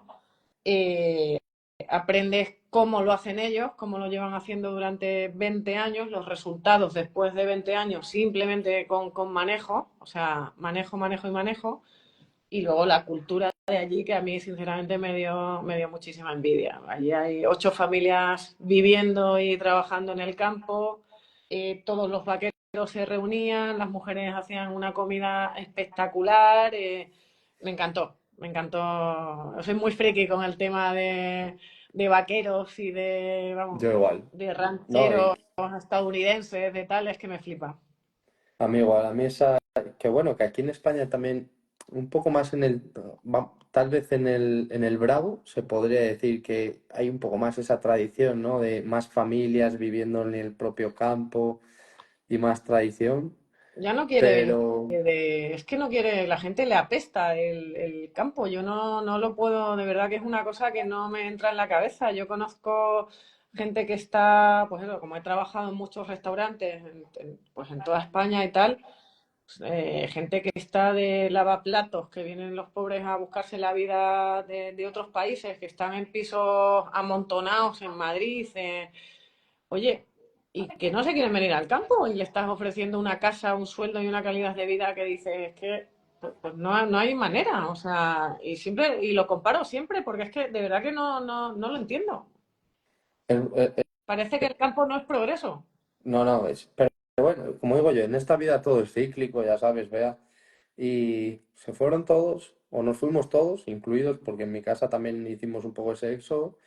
Mm. Y al final creo que se va a volver y creo que va a ser también, de hecho yo, bueno, tú sabes, ¿no? Yo estoy ahí un poco, vamos a decir, estoy bastante en el mundo por Estás la muy edad, porque conectado. viajo, todo, y la gente de grandes ciudades a las que todos soñamos con ir, incluso vamos y que es tan genial, te hablan de que cuando yo les enseño la vida en el campo y cómo es y tal, y dice, joder, es que si se pudiera vivir allí, además toda esta gente que teletrabaja y demás, si hubiera un lugar donde se puede vivir, si hubiera más comunidades creadas y funcionando y más sólidas, digamos, dice, no voy a decir, pero no que no se malinterprete la palabra mal, no tan hippies en el sentido de no tan tiradas, ya digo que no se malinterpreta la palabra, pero el vivir en comunidad en el campo, ganaderos, agricultores y en el campo, lo que es en el campo, campo, creo que va a volver, no a una gran escala, pero creo que hay un movimiento ya, de hecho, Bueno, vamos, lo sé en que hay. Estados Unidos, por ejemplo, están los Regrarians, sí, hay movimiento. Y luego aquí yo tengo cierta esperanza. Ahora mismo está conmigo de práctica Jimena, una niña de 18 años que a mí me tiene alucinada que haya elegido el mundo de la ganadería, ¿sabes? Se ha venido de práctica 3 meses. Luego también hay otra veterinaria que quiere, o sea, que quieras que no, hay esperanza, pero luego la realidad de nuestro entorno es que todo el mundo se queja, que si no hay personal, que si no se encuentra, o sea, Yo te digo por mi propia experiencia, creo que somos los ganaderos los responsables de todo ello. Y cuando ven a gente como te pueden ver hoy a ti y a mí, y hablar bien de la vida en el campo y demostrándolo diariamente, a la gente se contagia y dice, oye, ojo, que yo también quiero eso. Antes oíamos lo contrario, pues al final hemos cosechado lo que hemos sembrado, nada más. En mi sí, sí, propia casa puede se ser. decía que no viviera del campo, que estudiara otras cosas, y porque yo fui un cabezón y lo tuve claro, pero En si casa, no, pues, en casa también nos decían que si queríamos mantener el campo que nos dedicásemos a otra cosa. entonces, pero creo que esto está cambiando y también cuando hacemos este tipo de manejos que eh, son mucho más integrados con la naturaleza y te hacen que ya interactúas más, ya eres más parte de ella, te sientes perteneciente a ella. No es como cuando vives en un manejo tan artificial que al final es curar animales, echar piensos, no sé qué es, no sé cuál. Y al final parece que te vas desconectando poco a poco de ella y estás deseando casi, casi, casi no de acabar, porque en el fondo estás bien, pero casi, casi yo me acuerdo que nos íbamos con prisa para casa y venga, cuanto antes lleguemos a la ciudad y allí lo pasemos bien, mejor, ¿sabes? Sí, bueno, yo creo que hay edades y que bueno, que más o menos yo estoy de vuelta ya, digamos, he disfrutado muchísimo fuera y de hecho recomiendo a todo el que me dice así jovencito que quiere dedicarse al campo y tal, y digo, mira, o sea, adelante, pero si puedes, vete por ahí, vete, viaja, ve explotaciones fuera, aprende inglés y luego vuelve. Eso sí que se lo recomiendo muchísimo, porque a mí me ha enriquecido muchísimo salir de aquí. Entonces, o sea, hay vida para todo, hay vida para pasártelo bien, para viajar, para tal, y luego efectivamente volver y decir, oye, es que ahora estoy disfrutando de esto y estoy viendo que el campo y que, o sea, que estamos manejando un ecosistema, ¿sabes? O sea, y que esto no para de buscar el por qué. O sea, el otro día yo qué sé, un montón de babosas. Pues, ¿por qué me pasa esto este año en el campo? Pues vas buscando el por qué pasa y cuando lo entiendes dices, jolines, o sea, Ujú. Bien. ¿Pasamos a las preguntas, Bea? Sí, sí. Sí. Muy bien, muy buenos aportes. Voy a responder primero las que están en la caja, que aquí las pillo mucho mejor. Rafael Mazo, ¿el pasto de Chihuahua cómo es el diferido? Por curiosidad. El pasto de Chihuahua era increíble porque tenía, si mal no recuerdo, un 80% de área basal de pereznes. Que no hemos tocado el tema de las Anda. pereznes, pero eh, era tremendo lo que había conseguido esta gente. Sí que es verdad que se pasan prácticamente todo el año con pasto seco, con pasto diferido, efectivamente, pero hacen ahí una mezcla de suplementación ruminal que les va fenomenal. Tienen también de raza, trabajan con raza amazona, ¿Pura o en cruce? cruce. Ya van reabsorbiendo casi todo con amazona, pero la verdad que tienen unos animales que bueno, o sea, que te reflejaban tu cara, de lo brillante que tenían el pelo, de la condición corporal que tenían. Bueno, supongo que ese es, ahí te refieres a Servando, ¿no? Observando, sí, Y, observando ah, veía. yo creo que son de las personas que más me sorprende, Servando y Jaime, que les veo las vacas con el pelo más brillante y siempre las más redondas.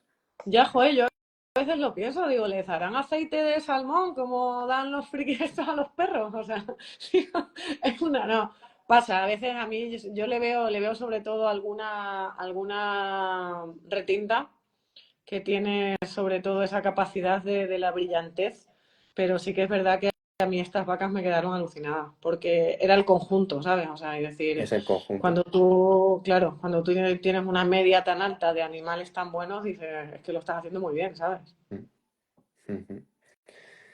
También tendrían que luchar en su día, supongo, ¿no? Con las creencias de meter una raza africana, ¿no? Sí, no, y han dado muchas vueltas y han tenido muchas equivocaciones. De hecho, cuando fui yo estaban cambiando la época de parideras y ya te digo que llevan 20 años con el sistema, o sea que es que ahí es donde ves también que estos tíos, pues que a pesar de que se supone que saben muchísimo, tienen la suficiente humildad como para decir, oye, que es que lo estoy, después de 20 años lo estoy haciendo mal y voy a cambiar. Mm. O sea que los diferidos te llamaron la atención, porque claro, allí que les llueve, allí les lloverá un mes y medio Sí, o no dos, les llueve, sí, efectivamente, un par de meses, no les llueve nada. y Solo luego que sí que es gestión. verdad que en la zona de Roncha, de Rancho Carreta sí que les llueve bastante. Tienen zona de sierra y demás que tienen la capacidad de retener un poquito más el agua. Y luego estaban implementando, por ejemplo, un tipo de pastoreo. Ellos pastorean con hilo, no con collar. Ujú, Y, por ejemplo, estaban empezando a poner los bebederos en laterales para que las vacas, cuando fuesen a beber, fuesen a favor de las líneas claves, que tiene todo el sentido del mundo, ujú. vaya. Muy bueno. Entonces, También. bueno, poco a poco, ya te digo que estos tíos seguían ahí dándole y metiéndole cambios al sistema y una pasada. Mm, mm, nos decían, bueno, por acabar ahí con unas de Rafa, le doy prioridad a los que lo ponen en la caja de preguntas porque luego es mucho más fácil, si no luego hay que buscarlas, ¿vale? Para que no creáis que os salto, luego vamos a intentar abordarlas todas. Si puedes ir muy al grano, vea, aunque lo haces muy bien, vas muy al grano siempre. ¿Cómo se comportó tu raza con el manejo que haces con la EHE? No tuve ningún problema. De hecho, hay una vaca que parió justo con la enfermedad y este año ha parido mellizos. Bueno, que fue una de la rubia esa del vídeo del otro día. La F1. Sí. Y no sé si tuve dos muertes. Al final, ya cuando pasó la enfermedad, dos vacas viejas que de repente tuvieron diarrea y tal, puede ser que fuese eso, pero no lo tengo claro. Tuvimos otros 7 casos que simplemente les pusimos antiinflamatorio y las soltamos con el resto. Esa fue nuestra experiencia con la enfermedad. O sea que, bueno, bien, se podría categorizar, sí. ¿Analizaste proteína de la hoja de encina? No, no la tengo analizada. pero creo que es muy baja, ¿eh? Ujú. ¿Cómo, bueno, una me hacen a mí, pero vamos, la vamos a responder los dos. ¿Cómo gestionas el tema del agua al hacer las rotaciones?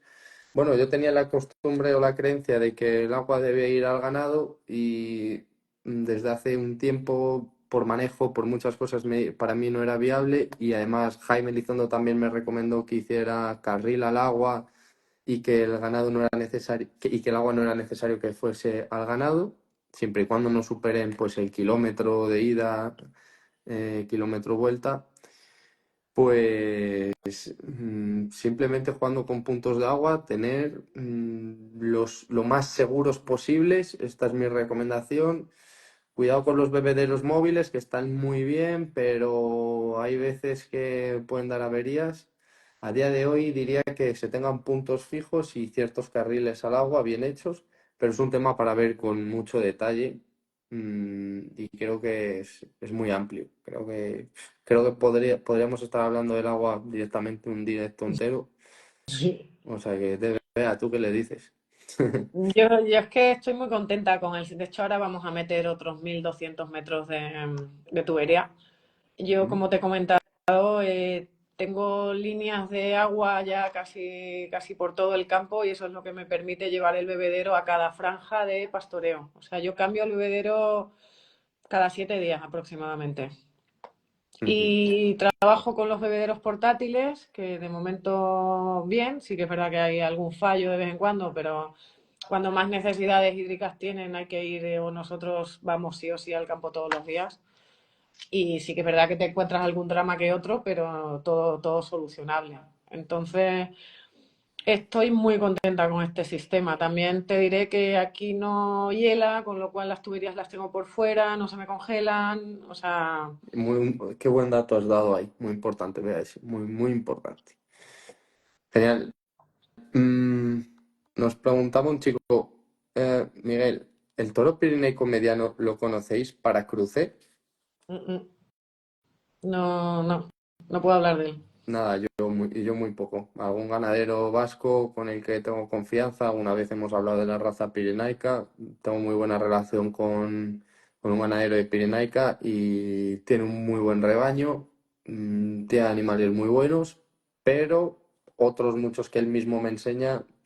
Nada, el mediano, cuando te refieres al mediano, ahí me pierdo, la verdad. Ahí no sé directamente a qué te refieres. Luego. Sobre IATF, ¿realizan, repasan, luego con todos, haces inseminación artificial o todo monta natural? Monda natural todo. Hemos hecho inseminación un par de añitos, hicimos, y la verdad que era un poco rollo porque teníamos que tener a las novillas aparte, mimarlas, las hacíamos una especie de clase de pasar por la manga, en fin. Sí que es verdad que me parece una herramienta fantástica para introducir genética que no está al alcance de una forma rápida. Mm. Yo puedo decir lo mismo, muy similar. Mm, Buscamos un sistema muy autónomo, muy autosuficiente o independiente y todo este tipo de cosas van en contra. Siempre nos hacemos tres preguntas: si nos va a generar más dinero, si nos va a hacer mejorar más la finca y finalmente si nos va a hacer más independientes y libres. Y si no cumple una de esas tres, normalmente se va atrás en la lista de cosas por hacer. Si en algún momento se requiere meter una línea, pues sí, se valora, pero las experiencias no han sido tampoco muy buenas, no hemos conseguido saltos genéticos muy Mm. buenos y seguimos apostando mucho por lo de casa, la verdad. A falta de que, oye, que estamos muy abiertos y tengo, tengo, ¿cómo se dice? Vamos, que me ha dicho gente que vea seguramente también, de siempre estar abiertos a probar con genéticas no muy comunes. Sí, totalmente. O sea, yo también estoy abierta, pero sin embargo, con el pasar de los años me estoy dando cuenta de que ya trabajando también con lo que tenemos, y centrándonos en eso, centrándonos en los animales buenos y largando los malos, consigues un avance bárbaro. En selección de individuos principalmente, sí. Em, Nos preguntaban por aquí también, bueno, era otra en ¿qué carga le metes al toro en aproximación? Supongo que por vaca y eso lo dijiste, ¿no? 20, Sí, 20 vacas más o menos. ah, claro, lo que pasa es que le llamo toro a todo. Quiero decir, este año, por ejemplo, tenemos metido dos animales de un año y a eso los llamo toros también. Esos cubren. Y Bueno, son sí, buenos, cubren. la verdad que los buenos cubren y tal, pero siempre me da un poquito más de miedo y por eso están un poco más arropados. Todos los toros que tenemos son súper jóvenes y los estamos sacando de la vacada también muy jóvenes. Y bueno, ahí hay que meterle un poquito más de estudio a ver al tema este, porque estoy viendo nuevas formas de entorar y bueno, tenemos que darle una vuelta. Te pregunta Sergio, Beatriz, ¿mantienes la recría también con las vacas adultas? La separo durante el momento del destete, nos las llevamos a otro campo que tenemos de nada, de 20 hectáreas, una cerca que tenemos, y ahí las recriamos con pasto diferido y 1 kilo diario de pienso. Después, cuando han pasado 4 meses o así, les juntamos con la manada general. Yo hago a veces eso, a veces simplemente desteto y tiro a campo y probamos.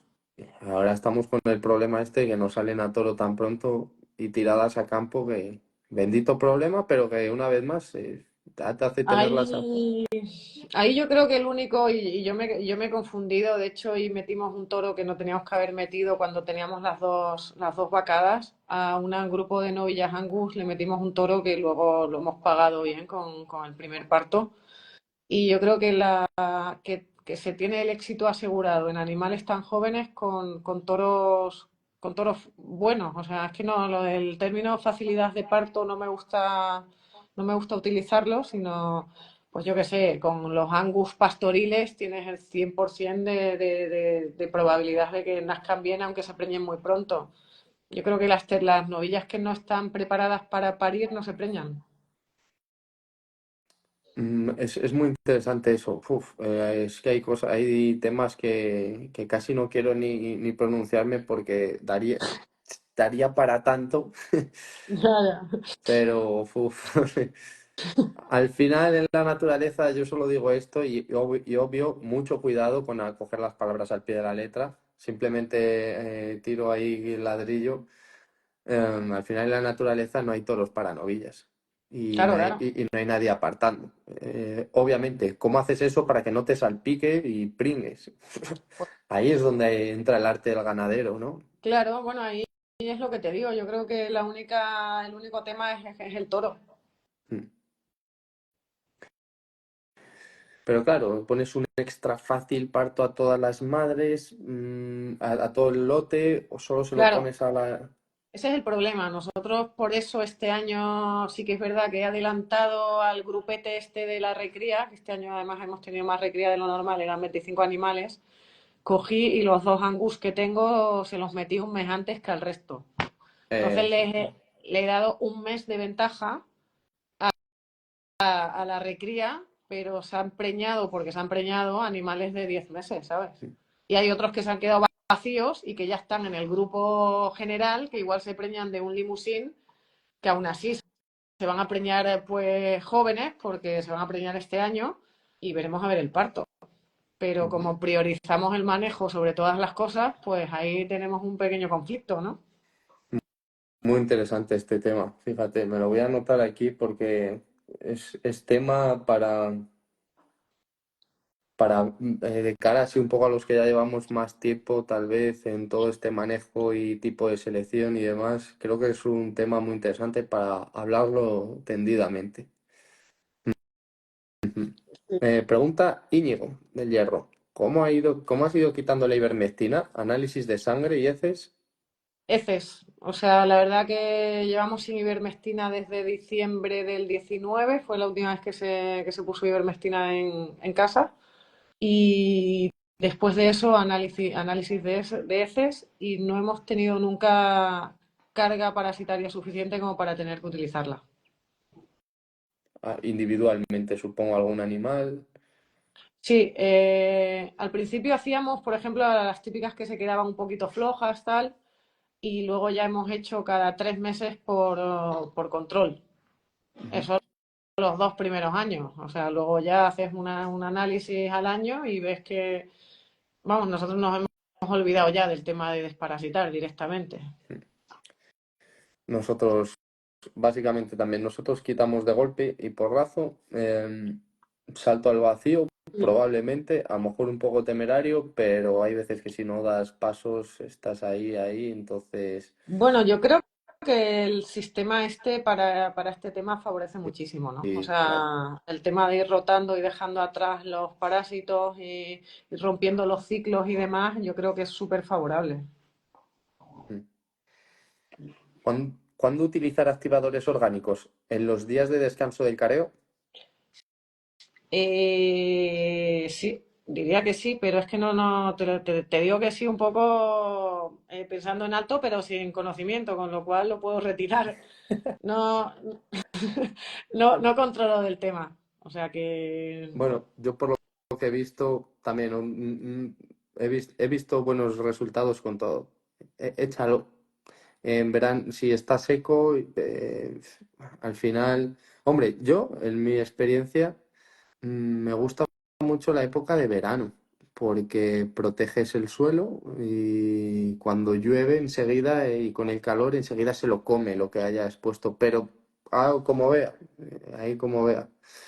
Poner colmenas podría generar estos impactos, entiendo generar o mejorar estos impactos. impacto animal en determinados sitios se referirá o... No lo tengo muy claro.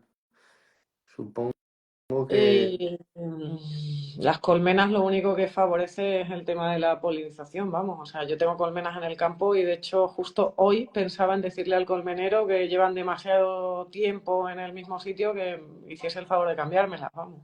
mm, eh, preguntan por tus mentores o directos o indirectos y algún libro. Bueno, pues mentores ya he comentado, ¿no? Alan Savory, por ejemplo, es un crack. Lo que pasa que creo que le falta el pero que le pongo, que a mí me encanta, es el tema de genética. Está Jaime Elizondo, que creo que tiene un conocimiento bárbaro. Además, tenéis un curso muy potente, muy bueno. Johan Sidman, Pablo Echeverry, por supuesto, vamos. Y a nivel internacional, esos. A nivel nacional tengo a Manuel Díez, que tengo la suerte de tenerle muy cerca y bueno, de poder consultarle todo tipo de temas referentes al negocio este ganadero. Ujú.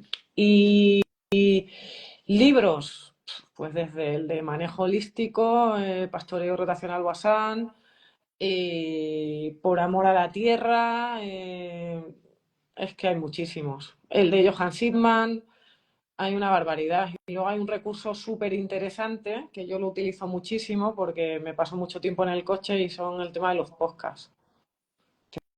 Tenemos el de ganadería regenerativa de Daniel Suárez, que es buenísimo. Tenemos el de Working Cows y saben inglés. Ujú. O sea, a día de hoy hay muchísimos recursos. Totalmente. Mm. Bueno, yo secundo un poco todo lo que las personas que ha dicho.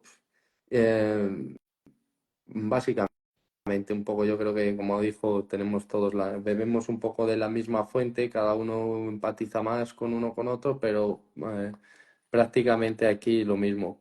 Parece que también la corriente australiana también nos va llegando últimamente, pero bueno, os ha dicho de sobra, yo no os quiero liar más. Con los que os ha dicho, vea, me parecen bien. Solo matizaría que los tiempos han ido cambiando, también se han ido haciendo muchos avances y ahí me quedo con una cosa que me dijo Jaime, él tenía un libro, que mucha gente me ha preguntado por él y retiró, Jaime Lizondo, y dijo, el libro, muchas de las cosas que dije a día de hoy ya han avanzado y ya han cambiado y se pueden mejorar y no quiero que la gente se quede ahí atrás.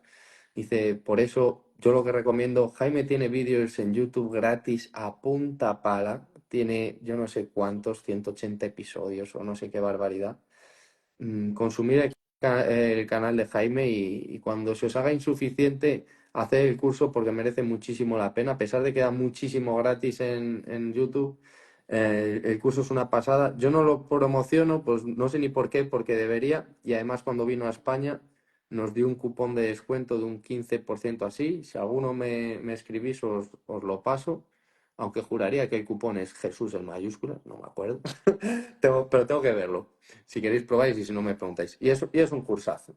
Organizado, claro. Es muy Y, bueno. y tiene una opción que me parece brutal, que es tener acceso a él y a preguntas en su comunidad y demás. El acompañamiento es lo más importante, sea con quien sea a distancia o sea cerca. Para mí el acompañamiento es lo más importante. Solo el curso, Y luego llegas y te sale una cosa y ¿qué pasa? Y vas a marear a 30 y uno te dice una cosa y otro otra. Ten una persona cerca, un asesor de confianza y quien sea, ya lo digo, creo que eso os va a ahorrar muchos baches, tiempo, dinero y sufrimiento también. sí, hay otro muy bueno que yo le he redescubierto ahora, que lo recomiendo también para quien esté en fases de inicio, porque explica las cosas de una forma súper sencilla, y es el ABCD de Daniel Suárez, de Ganadería Regenerativa.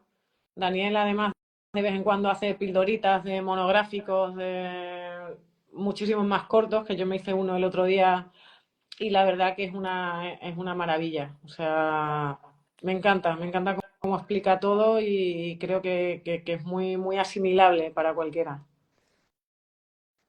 Pues voy a coger una última pregunta, yo creo, de Tamara, que además me dijo que tenía muchísimas ganas de este directo.